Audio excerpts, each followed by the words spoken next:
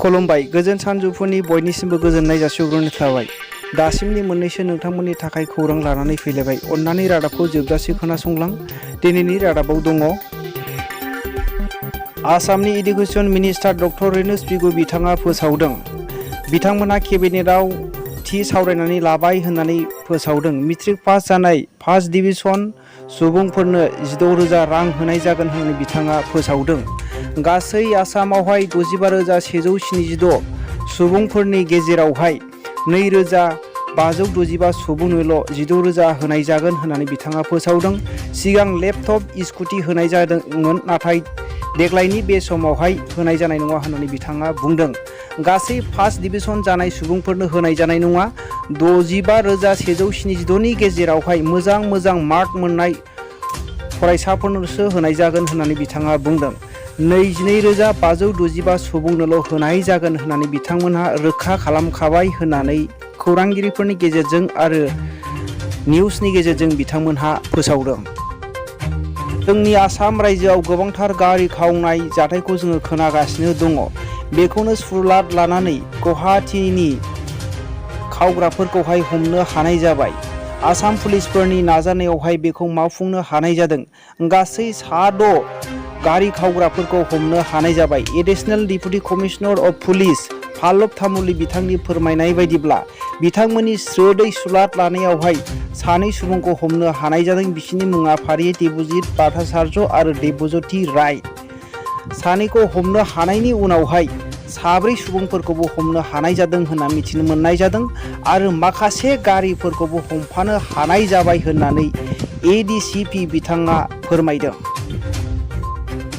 5 जुलाइनिफ्राय लानानै 8 जुलाइसिम अरियेन्टेसन policy programme खुंनाय जागोन बिटिआरआवहाय। बेवहाय बाहागो लादोंमोन बिटिसिनि सिएम प्रमद बिथाङा आरो बिथाङा बाहागो लानानै बेवहाय बुंथिदों गासै बिटिसिआवहाय 40था डिपार्टमेन्ट दङ। बेयावहाय गासैबो जौगानो हायाखै होननानै बिथाङा बुंदों। नेशनेल लेभेल आरो इन्टारनेशनेल लेभेलाव जेरै दावगादों बेबायदि दावगानो हायाखै। बिनिखायनो जौगाहोनो थाखाय बिथाङा माखासे लाइमोनफोरखौ NGOआवहाय थिसनदों होननानै फोरमायदों। दा माखासे NGOनि लाइमोनफोरा दैबानानि रिपर्ट आरो माखासे ओनसोलफोरनि रिपर्टखौ जमा होबाय होननानै खौरांगिरिफोरनि सिगाङाव आरो मेलनि गेजेरजों बिथाङा रोखायै मिथिहोदों। मोनसे मुगैथाव आरो दुखुनांथाव खौरां। सासे गोरबोआव थानाय मास मोनथाम गोरबोआव थानाय सासे हिन्जावखौनो बुथारनानै गालांदों होननानै मिथिनो मोननाय जादों। बे जाथाया धुबुरी जिल्लानि तामाहाट पुलिस थानानि सिङाव थानाय मारगथा गामियाव जादों। सोरबा सिनाय मोनै सुबुंफोरा बुथारनानै फाथोबारियाव गारनानै गालांदों होननानै मिथिनो मोननाय जादों।